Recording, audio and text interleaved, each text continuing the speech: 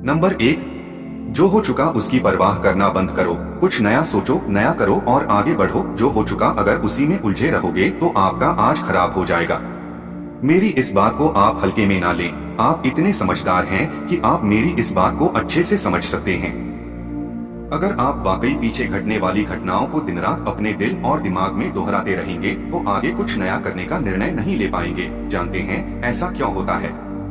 ऐसा इसलिए होता है कि आपका दिमाग जब बुरी घटनाओं विचार से भरे होते हैं तो यह अच्छे और प्रेरक विचार पैदा नहीं कर पाते हैं और आप हर काम में असफल हो जाते हैं। इसलिए मेरी मानिए, जो हो चुका उसे भूलकर एक नई शुरुआत करें।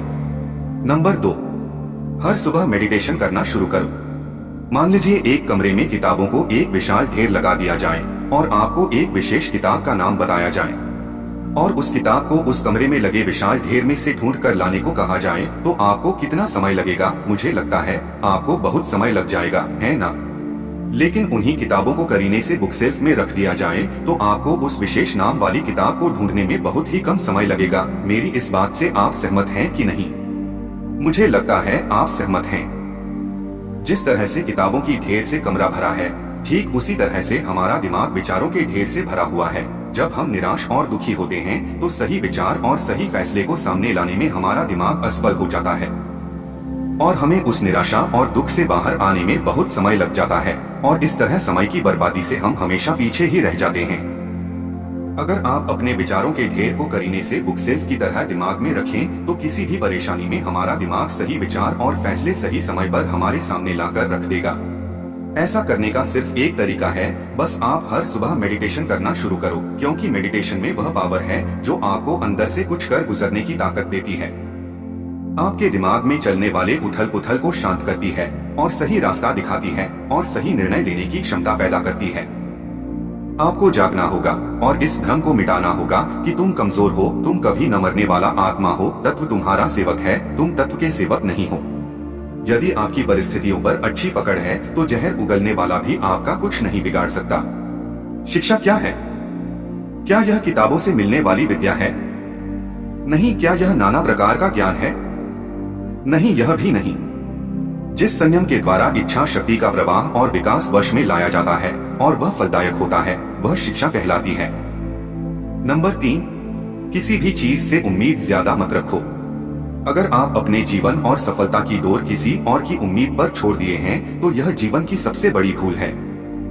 भगवान ने आपको अपनी बुद्धि और विवेक दिए हैं ताकि आप खुद पर भरोसा रखकर आगे बढ़े और सफलता हासिल करें। अगर आप खुद पर और अपनी योग्यता पर विश्वास रखते हैं तो आज नहीं तो कल आपको सफलता जरूर मिलेगी। यदि आप अपनी सफलता की उम्मीद दूसरों से लगा रखे हैं तो आप असफल होने के लिए तैयार भी रहें। मैं यह नहीं कहता कि आप किसी चीज से उम्मीद न रखें, बल्कि मैं इस बात पर जोर देता हूं कि आप किसी भी चीज से उतनी उम्मीद रखें जितनी टूटने पर भी आप मजबूती के साथ खड़े रहें और एक बार फिर नई शुरुआत कर सकें। नंबर 4, किसी काम में बार बार फेल होने से डरो मत।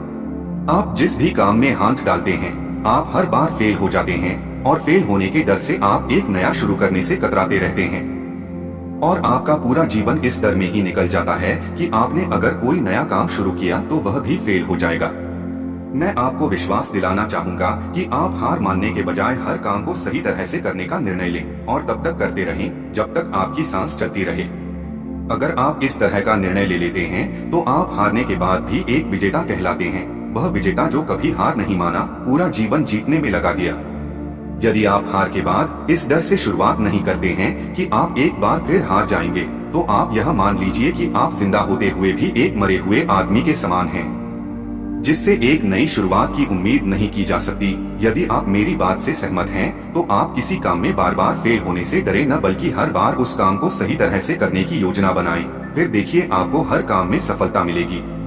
अगर आप चाहते हैं कि आपका हृदय पवित्र हो और उसमें भगवान का वास हो तो आपको बस यह करना है कि आप दूसरों की मदद करें, किसी की निंदा ना करें। अगर आप किसी की मदद के लिए हाथ बढ़ा सकते हैं तो जरूर बढ़ाएं। अगर नहीं बढ़ा सकते तो अपने हाथ जोड़िए, अपने भाइयों को आशीर्वाद दीजिए और उन्हें उनके मार्ग पर जाने दीजिए। नंबर 5, ऐसी चीजों पर अपनी एनर्जी बर्बाद मत करो जो आपके काम की नहीं है। जैसे हम इतने ना समझ हो जाते हैं कि हम ऐसी ऐसी चीजों पर अपना समय और ऊर्जा बर्बाद करने लगते हैं जिस पर हमारा कोई हक नहीं होता है। और हमारी नियंत्रण से बाहर होता है। अब आप सोचिए, यदि इसी तरह से फिजूल चीजों पर अपना समय और ऊर्जा बर्बाद करेंगे तो क्या आप सफल हो पाएंगे?